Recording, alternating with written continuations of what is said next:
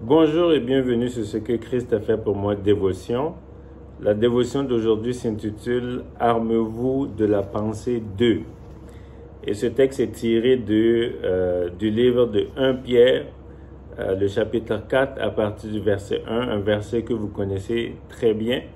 Ça dit donc, « Ainsi donc, Christ ayant souffert dans la chair, vous aussi, armez-vous de la même pensée. » Et ce texte, comme on le connaît, on connaît plusieurs textes qui parlent des armes spirituelles qu'on connaît dans Éphésiens. Mais ce texte ne parle pas d'armes spirituelles comme le bouclier, la cuirasse de justice. Ça parle vraiment d'une armure au niveau des pensées. Et ça parle de comment Christ a souffert et a été ressuscité. Et au verset, comme on l'a lu, ça dit, comme Christ a souffert, armez-vous de la même pensée. Pour dire que l'armement, c'est au niveau mental, c'est au niveau de la pensée.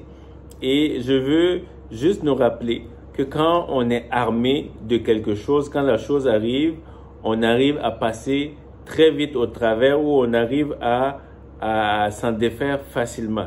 Christ a été trahi, Christ a été abandonné, Christ a souffert, Christ a connu le rejet, mais Christ, toutes ces choses-là ne sont pas les choses qui sont venues l'affecter parce que dans ses pensées, dans sa conception, il était armé déjà. Il savait, même en choisissant Judas, il savait que c'était celui qui allait le trahir. Donc, quand on dit armez-vous de la pensée, c'est comme si on nous disait préparez-vous, mettez-vous dans la pensée que c'est quelque chose qui peut arriver. En sachant cela, quand la chose arrive, on n'est pas déçu, on n'est pas désemparé. Des fois, on entend des gens qui vont dire, mais je ne savais pas que telle personne pouvait faire ça, je ne savais pas que telle personne pouvait faire telle chose ou que je peux vivre cette situation-là.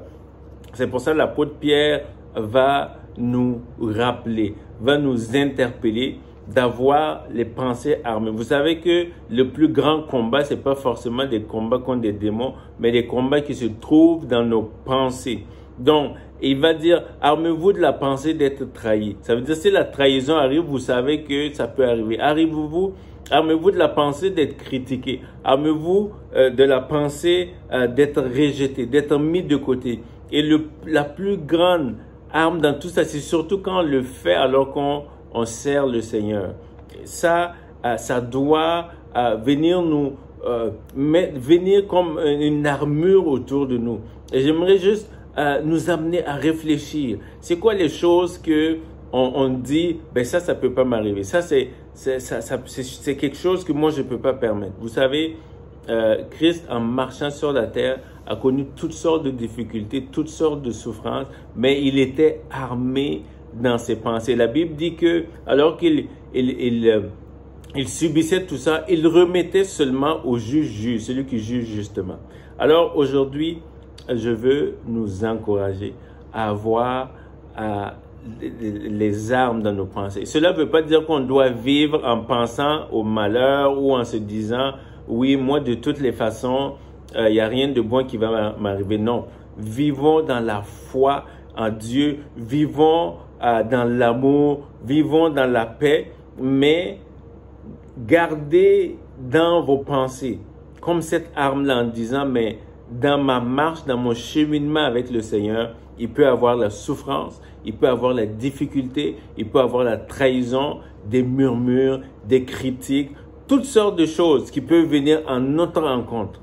En ayant cela en pensée, en ayant toutes ces choses, en disant, ben, ça peut arriver. Quand les choses arrivent, vous pouvez simplement dire oui. De toutes les façons, j'étais préparé à. Donc, armez-vous de la pensée de, c'est préparez-vous de la pensée à.